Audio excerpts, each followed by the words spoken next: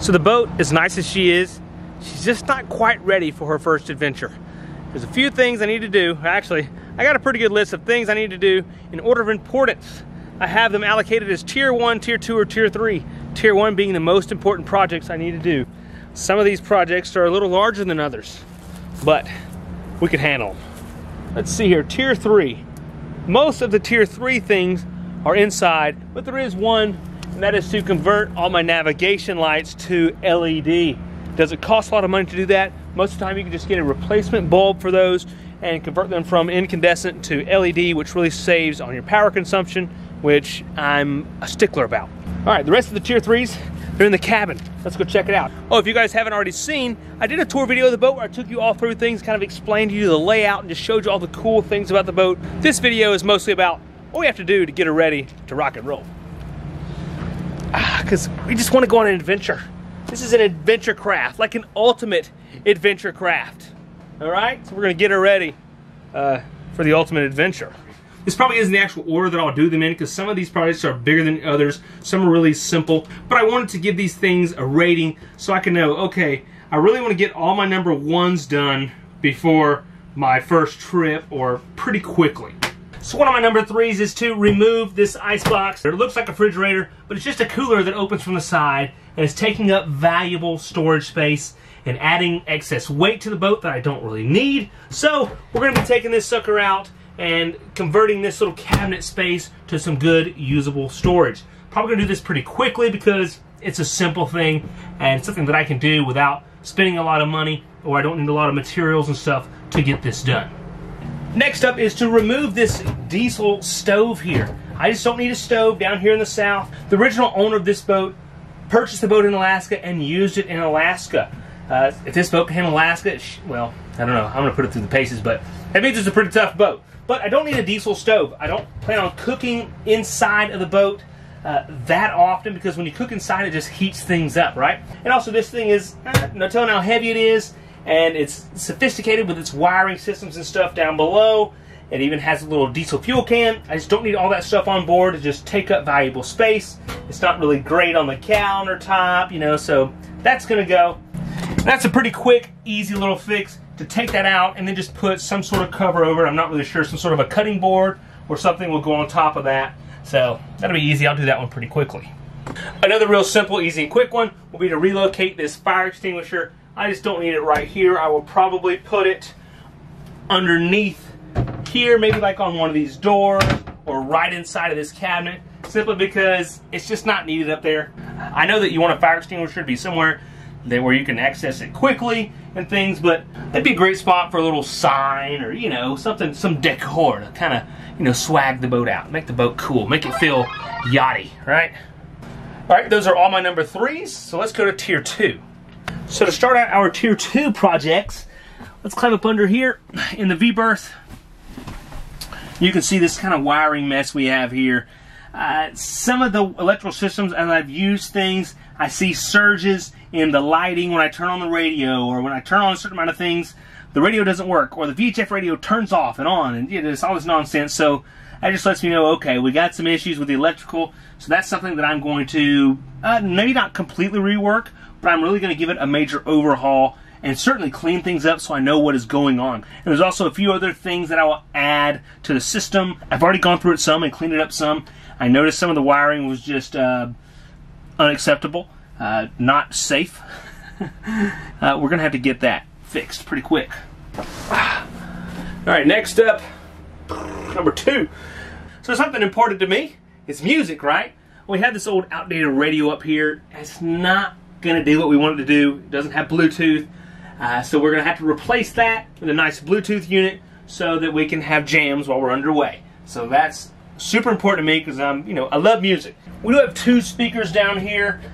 They sound decent from what I've been able to play on the radio so far, but we may keep these, or we may, I don't know, they're Fusion. I don't really know much about them, but we'll see how we're going to revamp that. But I think we may need a speaker or 2 outside of the cabin. But I don't know. We're going to see what we're going to do with that. But that's just something I need to rework. That's not safety related or anything, so that's just something that I really desire, right? Battery hatch handle. So right out here, one of these hatch handles are broken for this hatch to access our batteries down here. Handle's broken off. Not a major deal, but I would like to fix it. And then our batteries down here. These things are aged, and it's just really nasty and dirty. A lot of black mold and stuff down there that we need to deal with. And there's some of that kind of throughout the boat in different places, which is typical of a boat, really truly. But you guys know me, I like a nice clean boat, so we're going to have to do a really deep clean. I didn't even have that on the list, because that's just something that I know I'm going to do and I'm not going to forget about. Next up is the steering system. Now, we do have a nice hydraulic Baystar steering system, which is pretty good, but it's not the easiest thing to turn yet. So I need to go through this and just be sure everything's working well. We have plenty of fluid already. That was the easiest thing to check. But there's some other things back around the motors that we can check and stuff like that to make this where it's easier to turn. Granted, it's not too bad, but I would like for it to be turning a little bit better. All right? Seems like once I get it going, it turns pretty easy, but like right there, it's hard. And it shouldn't be hard, right? So we need to figure that out. Next up around the boat, there's a few bolt holes that are empty, or old wires that I have removed that are now empty and showing to the outside that need to be sealed up correctly, or either new bolts need to be put in, like right here. This is to hold the rod holders on the outside of the boat. And, you know, I'm going to try and check these things and be sure everything's as watertight as possible. I know there's, of course, going to be some leaks on a boat, but I would like things to be as watertight as possible. So I just need to go through the whole boat, and all the through holes that need to be checked. Something pretty nice, we have these sliding windows on the side of the cabin. Now this one is missing its handle, so we can't actually latch it shut, and it can be hard to open and close this thing, especially when things get wet and slippery. So I have already looked into that actually, and it's going to be 30 bucks to buy one, and then some more for shipping. That's kind of expensive. It's not just some part that, you know, stores carry. It's a special part for these special windows, so it's kind of expensive, but whatever, we need one. You can see this side has one. It's in good working condition. Latches and locks, unlocks and slides. Being as we do have a sink with fresh water on board, we need to give the freshwater tank a good cleaning. The tank is located right over here under this seat here, so we got to open that up and get down to the tank and, you know, put some sort of chemical or something in her, get her nice and clean so we can actually, you know, feel comfortable using the water. With the water tank in here, right here along the edge of this corner here, we have a clear hose that's ran up. This is so you can see your water level. It is a little dirty. Man, come on, light. It's a little dirty, so we need to give that a good cleaning too. Now, one important thing about a boat is your bilge pump. This boat's bilge pump is located right under this little step here as you enter the cabin. And it looks decent. I mean, it works, but I'm going to inspect it. I have to just take this little step apart, a few screws, kind of clean things out down there. You know, because you have to have your bilge pump, right? Without a bilge pump, you're going to sink, right? Once we check that one, we're probably going to add a second bilge pump back here in the rear of the boat. It's always good to have at least 2 bilge pumps in case one goes out, or in case you get a lot of water on board. You know, it's just a really good thing to have 2 of. If you're going to have 2 of anything, it needs to be bilge pumps. Now the next thing is our trailer brakes. Now this trailer has what's called surge brakes, which means that there's a special tongue on here, like a spring in it, and as you slow the truck down and the boat wants to continue forward towards the truck, it compresses that spring, which activates the trailer brakes and slows your trailer down, right? Well, the trailer brakes on this trailer do not work. I thought they worked when I went to pick up the boat, but they do not work. So I had to drive all the way from Texas without trailer brakes with a small truck, which wasn't exactly the safest thing, but I made it.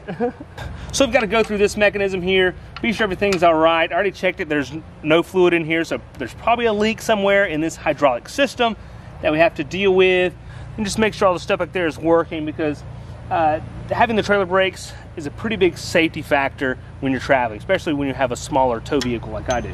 So now we're on to Tier 1. These are things that I like to do quickly, or they're very important. And one of the first things is to remove the name. Now, let's go to the other side so you can see it better. Now, this boat is a C-Dory, actually like C-Dory. So a lot of people name these boats C something, like C Senor in this case. But the owners of these boats, a lot of times they're very passionate about their boats, so they like to put C in the name. I think it's a cool thing. And I don't know what we're going to name the boat. Now, another thing that I'm doing very, very quickly, and actually I did today, is in regards to a cover for the boat. I don't have storage indoors to keep it in my shop. There's a skiff in there, and plus this boat is too big to fit in my shop. So I thought about it, weighed my options. Okay, do I build some sort of covering for it, or should I just cover the boat? Well, so I decided to cover the boat because it's a lot cheaper, and it'll at least do for a while. And even if I cover the boat with just a roof and not the sides, which would be the most economical, it would still get dust all over, and I'm particular about keeping my boat clean, so let's just cover it, right? So I called a place and got a quote for the best cover for the boat, and it would be like 1,400 bucks. And I thought, okay, that's all right with me because that's an investment that I want to protect. And so the cover's something I really want to do well. I don't want to skimp out on it. But then someone had an idea, I think it was my mom, about getting an RV cover for the boat. So I checked on that, and hey, what do you know? I got a deal on an RV cover for like under 200 bucks, which is crazy. That should cover the whole boat. And actually I have it right over here in a box. I just went and picked up a little while ago. So we'll see how this thing works. I'm actually gonna put it on here shortly. If I can get by with a, you know, $200 cover, I'll be doing really good. Even if it lasts me, you know, 3 years, I'll still be doing well. Now, one of the biggest and most important things is my motors. What do I do about my motors? Now, these are 2003 Mercury 4-stroke fuel-injected outboards. I mean, it's a good motor. It's basically the same motor that I have on my skiff. They're just 21 years older, or no, 18 years older, something like that. The motors both run. I was able to take a sea trial on the boat with them, and yeah, the motors run fine. I'm just, I don't know, I think I would feel a lot better with a new motor on the boat. And also, I'm not a big fan of the twins.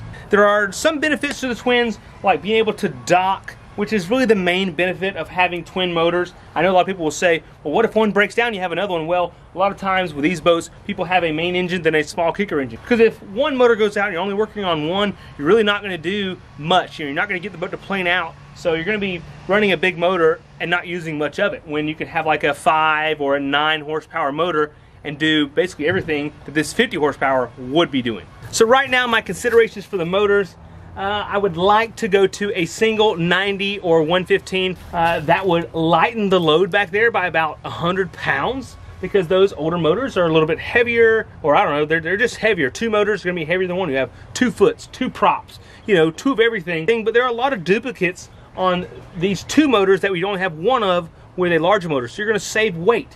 And also I get a newer motor. It's gonna be quieter, a little more fuel efficient, and just more reliable, and just peace of mind. To me, peace of mind is worth a lot. If I'm gonna be doing bigger trips like going to the Bahamas or crossing the Big Bend of Florida, I wanna be confident in my motors. So that's what I'm thinking on that regard. I have to do a lot of thinking on that because, you know, a new motor is pretty pricey, or, you know, maybe 9 grand, you know, maybe like 8 grand for a 90.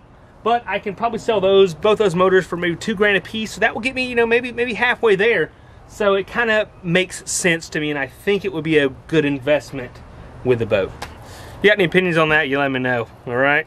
That's a tough one for me. So also in Tier 1, I need to get the boat registered. Well, of course, I need to get it registered. Then I have the front hatch, replacing the cracked plexiglass. That's Tier 1.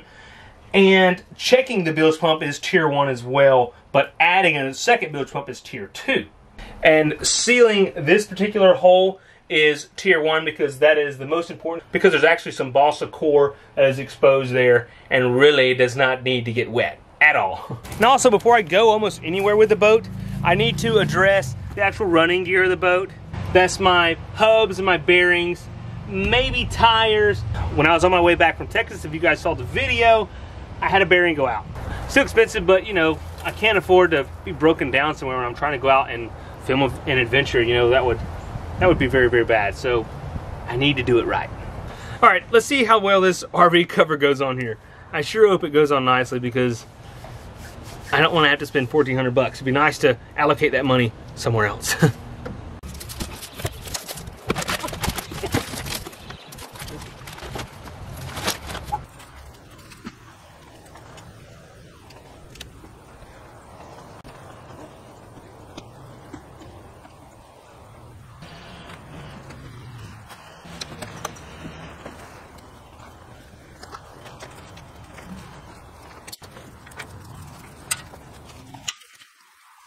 We got it on there. It actually worked really, really well.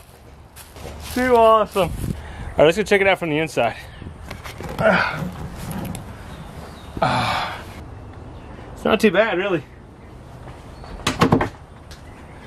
Phone. Cool. I like it. It's gonna work.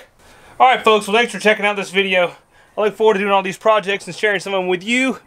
But most of all, getting on the water, making an adventure happen. We're gonna get this list checked off, then we will make it happen. All right, folks. Take care of yourselves. God bless, and I appreciate all your support. Love you.